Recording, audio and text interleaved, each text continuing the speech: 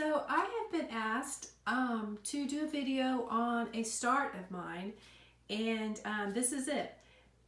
There isn't much to this. It's probably been about 30 minutes of painting, and basically all I wanted to do, and all I want to do with any of my paintings as I begin, is just have a lot of fun, experimenting, playing around. It's all intuitive, so whatever the first line, color, whatever it is that comes to my mind, I will go with that. And today it was this red, which I'll show you right here what it is. And that was what came to my mind, so I just started with red. I painted it on here. I was using a brush at the time, and then you can see I went up to this corner here, and then I went down here. That was my first marks on here. Then I went to a Payne's Gray, and I did the darks that you could see through here. And then some of those, that dark mixed in with some of the reds that were in here. And then I decided I was going to go with yellow and my Payne's Gray mixed together. So these are my paints that I'm working with this morning. So there's just 4. And this beautiful chartreuse is made from black and yellow. In this case it was Payne's Gray, which is the black I'm using, and the yellow, which is a Hansa light, yellow light. But so I went with that, and then you can see the different areas that I put it in, and up at the top. And then I decided to, I've got this Payne's Gray up here. It is still really wet. It's very thick, same as it was down here too. And I decided to spray it. So I've got a spray bottle in my right by my painting table, and I sprayed it down, and then you can see the runs that are underneath all of this. So this is just breaking in the canvas at this point. I'm not thinking about composition. I'm not thinking about my color palette. It's totally intuitive, whatever comes next to my mind. So that was what came next to me. And while that is drying, I went down here and I just started playing with graphite pencil. I kind of liked having this, keeping this kind of light down here. So I don't know if I'll keep it in the end, but for now it's kind of a good balance. I mean, it's kind of forming a composition there. So, but I just scribbled down here. I just scribbled, and this is a graphite stick that I'm using. And I also did it up here. And there's some more places around here underneath these paints.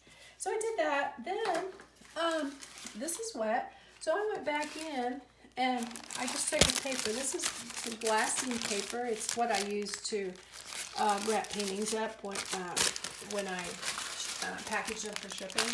And it's a pretty light paper. I have a lot of leftovers around, so I just took this and just pressed it up against all this really wet paint that I had on here. And if you scribble into it while you're doing that, you'll also get some lines. It's kind of like printmaking.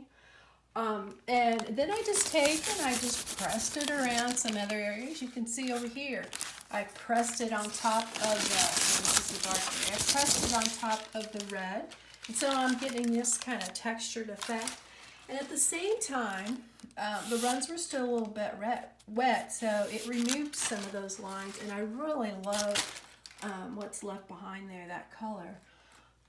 Whether or not that will actually remain to be seen in the end, probably not. But then up here I did the same thing. I'm taking that wet, heavy paint paper and just rubbing it on the top of the red and creating that kind of a texture to it. So then I took some, I've got a tube of this azo yellow here, and so that's what I used next. And I actually made some horizontal lines right over these, the vertical runs. And that was next. It's drying a little bit, and so I decided to go back in, and I wanted to make some white lines. I wanted to put some white in there. And so I did that, and I'm trying to think what else. I came down here and did these dots. But all that I have been speaking about, it wasn't at all planned. It was just whatever came to my mind next is what I did. And so that's pretty much it. I'm playing, I've got music on, so my brush is just moving around. It's basically kind of like dancing on the canvas where you see all these curvy lines and so forth like that. I really felt like it was enough. It was pretty wet, so I let it go, and I went back and sat down and then just started looking at it. And so what I'm doing when I look at it is I'm deciding, wow, well, you know, wow, that's a real mess. No, I'm kidding. It is a real mess, but I start to look for things that I like in it. And the first thing that really popped in my mind was this little area up here. I love how this is playing against this circle here. So I will probably start there, and I might be filling in around it. I don't know, and keeping those, and then we'll see how they play with the next area around, and then I'll have to do something with that area. But up here, you can see kind of the zigzag type of lines, and so that was the next thing that I went to that I really liked. And as I'm doing this and I'm talking, I'm realizing that I'm also liking this large shape right here. So perhaps I'm going to play that shape against these zigzags and against this. And that is, for now, really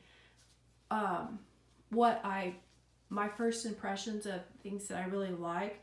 So I don't have any other plan other than that. And what I will do next is I will go in and start playing with this area that I just spoke about.